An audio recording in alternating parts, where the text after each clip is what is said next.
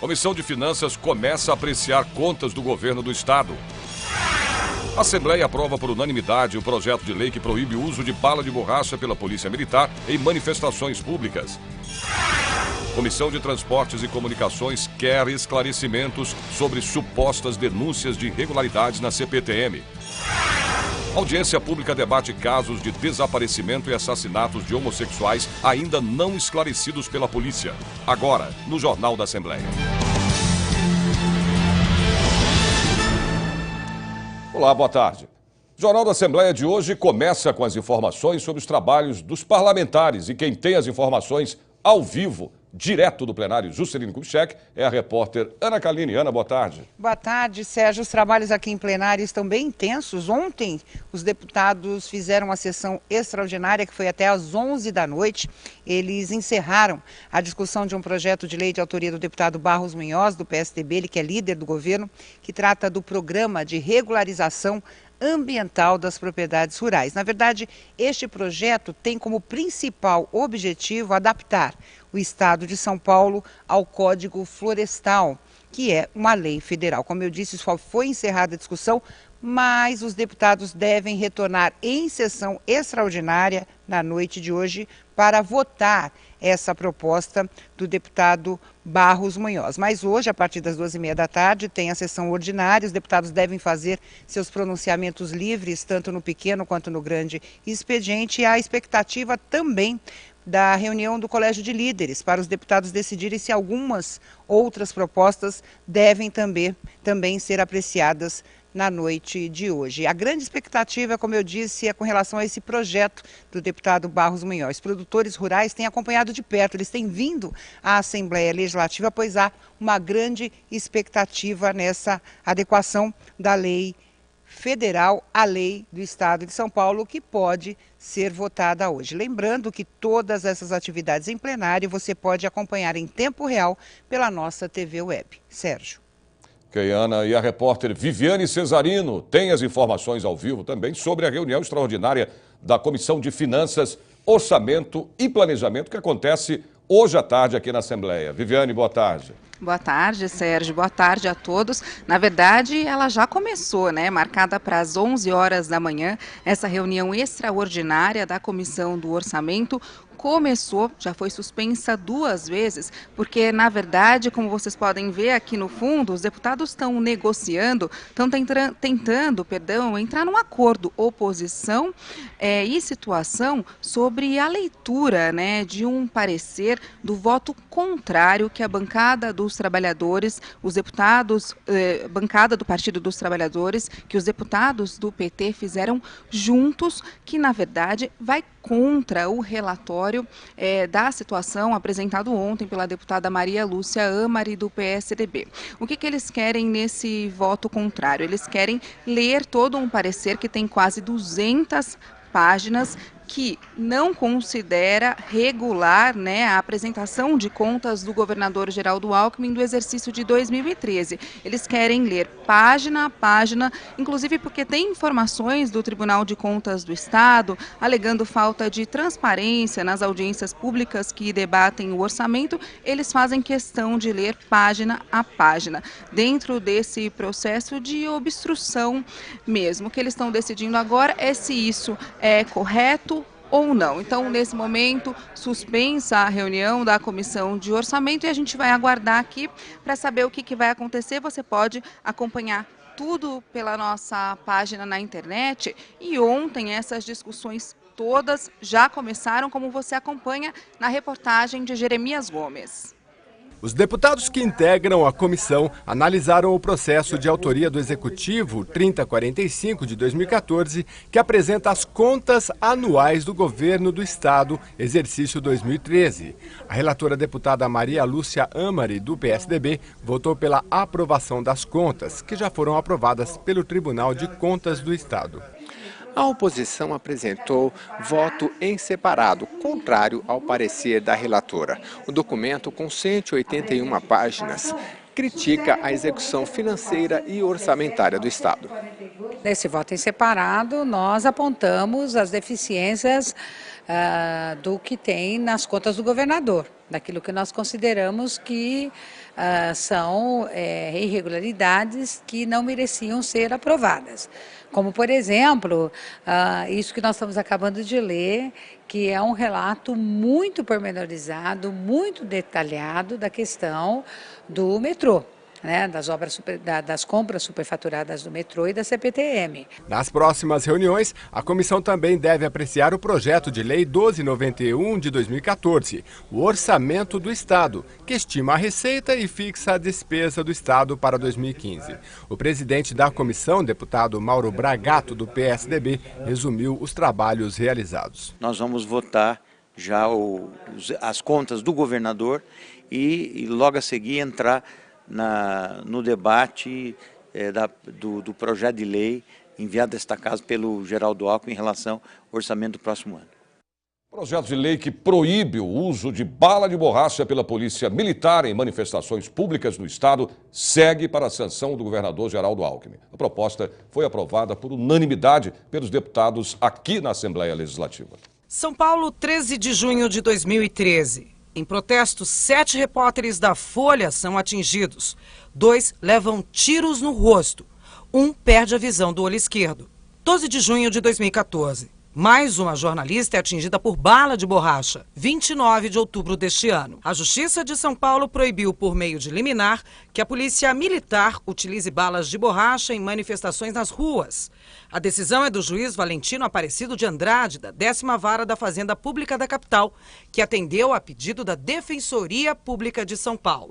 Os primeiros passos em direção à proibição do uso de balas de borracha já foram dados. Tudo para que cenas como estas não se repitam. Na verdade, a bala de borracha ela é um dos problemas dentro de toda a questão da resposta da polícia frente às manifestações e outras reuniões, mesmo com as culturais, né? Então, esse é o primeiro recado que está se dando de que nós não aceitamos a violência policial. Pressão para que a história do fotógrafo Sérgio Silva não aconteça mais. Eu fui alvejado por uma bala de borracha disparada pela tropa de choque da Polícia Militar. Essa bala de borracha acertou o meu olho esquerdo e a consequência dessa violência foi que eu perdi a visão do meu olho. E numa democracia, né, o principal instrumento é o diálogo.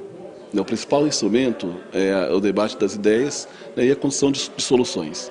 E o que nós estamos vendo é que hoje no Brasil, né, a livre manifestação, né, continua ainda o reflexo da ditadura militar, né, onde você não tinha direito à organização, você não tinha direito às manifestações, e a gente percebe que isso permanece até hoje. O projeto de lei 608 de 2013, que proíbe o uso de balas de borracha, aguarda agora a aprovação do governo.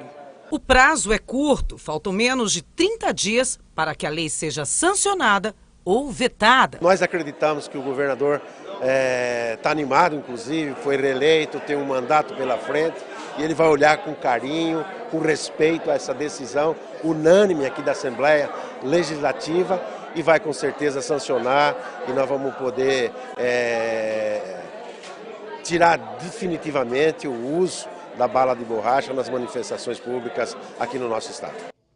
Comissão de Fiscalização e Controle da Assembleia Legislativa aprovou projetos e ouviu deputados preocupados com a contaminação no aterro da Lagoa de Carapicuíba, na Grande São Paulo.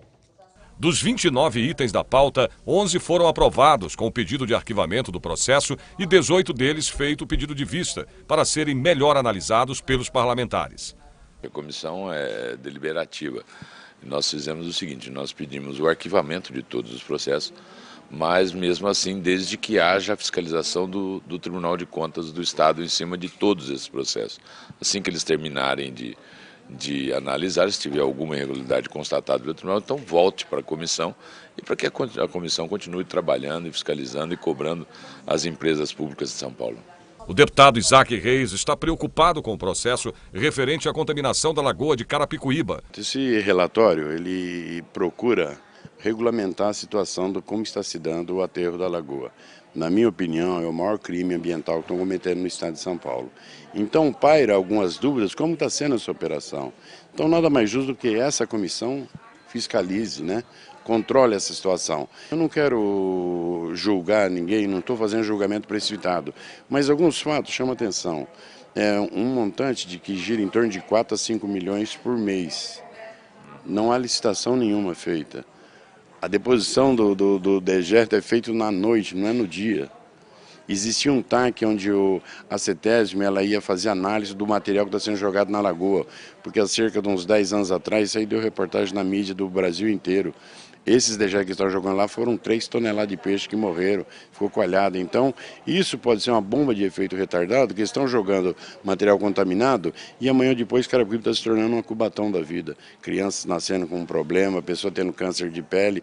Então, a minha função como deputado é fiscalizar e evitar um mal maior. É uma lagoa importante, hoje nós temos aí o grande problema da água no Brasil todo, né, com essa mudança climática, e a lagoa de Carapicuíba, além também desse problema com a seca, tem também recebido ao longo da sua história produtos químicos, enfim, aquilo que tem poluído os nossos rios, as nossas lagoas. E é uma preocupação dos deputados, de forma específica o deputado Isaac Reis, que é da região, da cidade, para que a gente entenda um pouco esse processo que está trabalhando, né, na limpeza, na conservação da lagoa.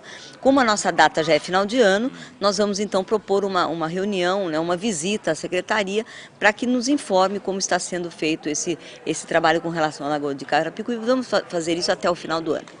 E a repórter Viviane Cesarino volta a falar ao vivo sobre a reunião da Comissão de Finanças que se reúne na Assembleia Legislativa. Viviane, você?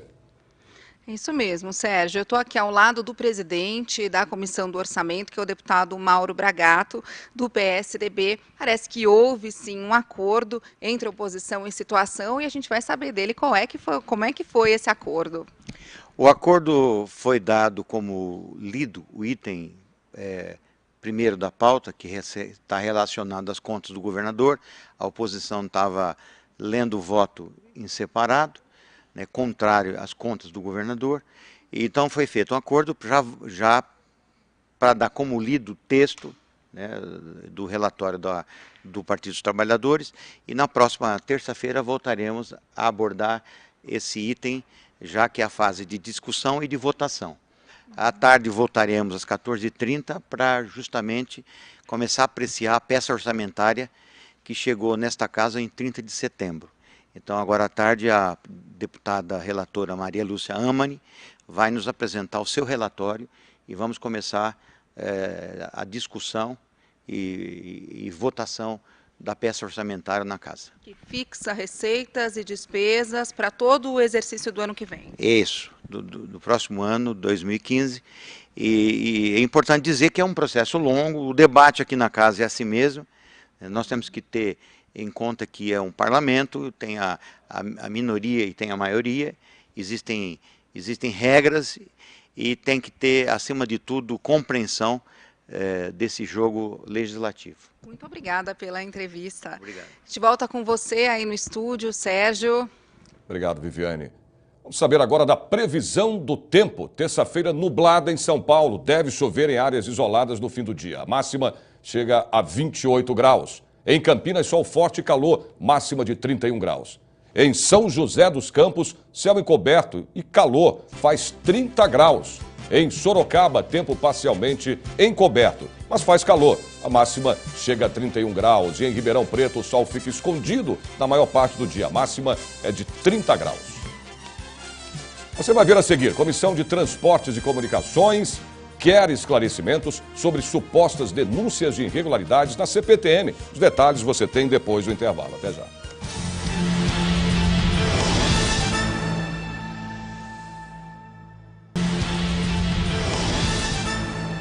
Voltar a falar com a repórter Viviane Cesarino, que agora tem as informações sobre a reunião da CPI, a Comissão Parlamentar de Inquérito, que investiga os serviços prestados pelas empresas de telefonia celular. Viviane. Isso mesmo, Sérgio. A reunião está marcada para as 14h30 da tarde, no plenário Tiradentes, e na pauta 2 itens, na verdade, 2 solicitações. A primeira pede à Justiça a quantidade de ações movidas por usuários, ações que reclamam, né, sobre a qualidade desse serviço de telefonia móvel. E a outra solicitação é para o PROCON, para saber exatamente qual a quantidade de queixas dos usuários. Queixa de propaganda enganosa, de quem não consegue completar a ligação, das operadoras que cortam a internet no finzinho do plano, quando está vencendo, aquele monte de reclamação que todo mundo que tem celular sabe bem como é que é, né, Sérgio? Já conhece muito bem. O presidente da CPI, ele foi eleito na semana passada, é o deputado Orlando Morando, do PSDB, e tudo que for conversado e decidido aqui nessa reunião da Comissão Parlamentar de Inquérito, você acompanha pelo portal da internet. Sérgio. Ok, Viviane, vamos voltar a falar também ao vivo com a repórter Ana Kaline, que tem agora as informações sobre uma reunião da Comissão de Educação e Cultura que acontece hoje à tarde. Ana, você. Sérgio, o presidente da comissão, deputado Carlos Neder, do PT, deve reunir os colegas às 14h30 no plenário José Bonifácio para apreciar uma pauta com 25 itens. 14 são propostas de parlamentares, entre elas uma que institui o Dia da Dança e outra que prevê a distribuição de um kit bíblico nas escolas do estado de São Paulo. Há também a expectativa de votação de requerimentos para que vários debates sejam realizados na Comissão de Educação e Cultura. Os deputados querem saber, querem mais detalhes sobre as crises nas universidades públicas, USP, Unesp e Unicamp. Também querem debater a crise da água e os reflexos nas áreas da cultura e educação. Como eu disse, essa reunião começa às 14h30 no plenário José Bonifácio e pode ser acompanhada em tempo real pela nossa TV Web. Sérgio. Ok, Ana. Comissão de Transportes e Comunicações, reunida no plenário Tiradentes, aprovou o projeto de lei e requerimentos e ouviu pedidos de esclarecimentos sobre as supostas denúncias de fraude na CPTM. Dos 4 projetos de lei aprovados na comissão, 2 se destacaram. Um de autoria da deputada Beth Saão, que realiza campanhas periódicas e sistemáticas contra a violência sexual voltadas aos usuários e usuárias da Companhia Metropolitana de São Paulo e a Companhia Paulista de Trens Metropolitanos. E outro de autoria da deputada Célia Leão, que institui o Dia Estadual do Ciclista. Durante a reunião, o deputado Antônio Mentor, do PT, trouxe à tona o problema das fraudes na CPTM nos transportes ferroviários. Por que até agora não houve nenhum pedido sequer de quebra de sigilo bancário, fiscal e telefônico de nenhum desses denunciados? Por quê? Que medidas são essas? Por que é tão diferente o comportamento do Ministério Público, de parte do Ministério Público aqui no estado de São Paulo, do Ministério Público Federal, da Polícia Federal? Ora, os interesses são idênticos. A denúncia é de cartel na Petrobras e de cartel no metrô.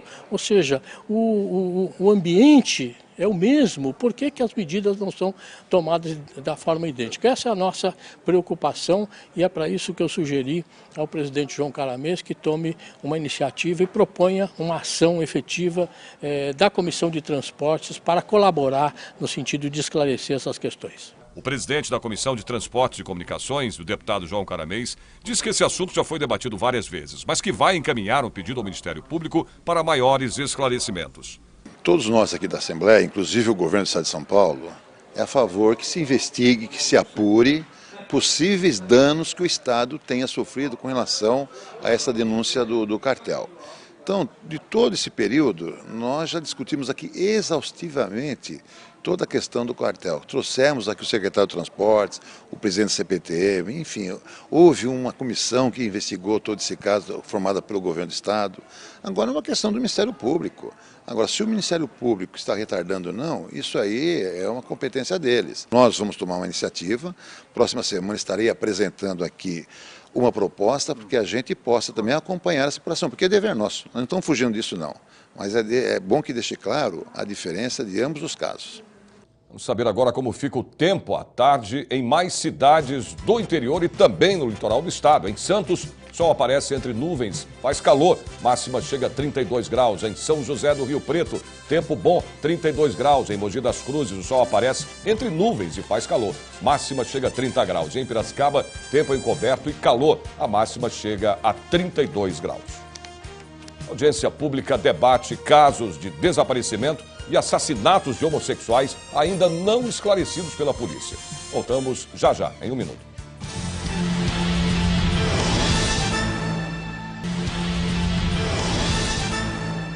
Comissão de Administração Pública e Relações do Trabalho fez a última reunião do ano e aprovou 20 projetos de lei.